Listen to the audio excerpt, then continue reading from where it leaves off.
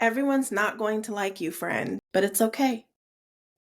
Show up as your best self anyway. Welcome back to the Prolific Hub podcast. I'm your host, Aaliyah Cheyenne, and today I'm here to remind you to stop taking stuff so personally. I'll use myself as an example. I have done a lot of cringe things that I am not proud of. But that doesn't dictate my ability to evolve and to grow. And the same is true for you. Now, I know for a fact that I am the villain in somebody's story out there, maybe multiple people's stories. Who knows? I could be the villain for something that I was completely conscious of that I did and, attempted to make amends for. Or I could be the villain for something I don't even know I did, but potentially offended someone, and maybe they're holding on to that and that idea of me, and they'll never mess with me again because of it. That I don't have a lot of control over. And if that applies to you, you don't have a lot of control over that either. On the flip side of that, there are people who are absolutely villains in my story. 1000%. Or maybe not villains per se, but maybe I would never mess with them again because I feel like maybe they did something really foul to me that I just can't move past. It is what it is. But I want to encourage us to think about the villain in a different way.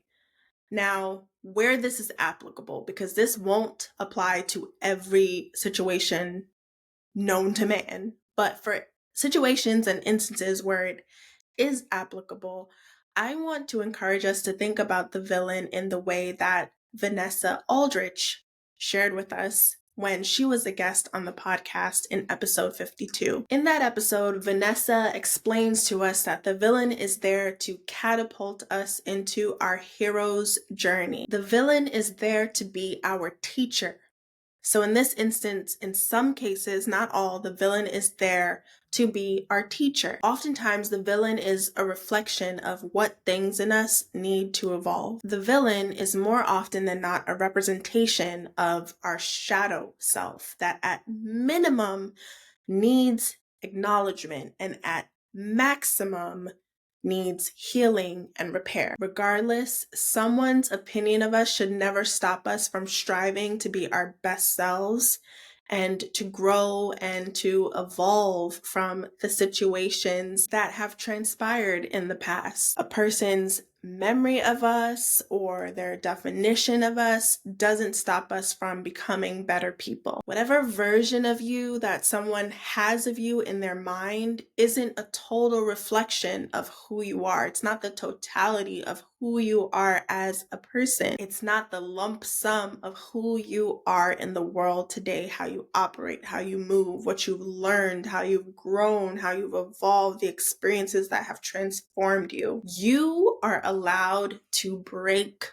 free from that. Now, this doesn't excuse bad behavior. This doesn't call for emotional avoidance and some of y'all are not going to like me for this, but this also isn't another reason to throw up a wall and call it a boundary. If you have some sub qualities that you need to heal and transform, go on ahead and do that. Whatever tools and resources you need to overcome that stuff that's not ideal, go on ahead and use those, apply those, grow and evolve. But always know that even if you are the absolute best version of yourself with all of the greatest qualities in the world, someone out there is still not going to like you. And they may not even have a reason for it, but it's inevitable. It happens. It could be because your light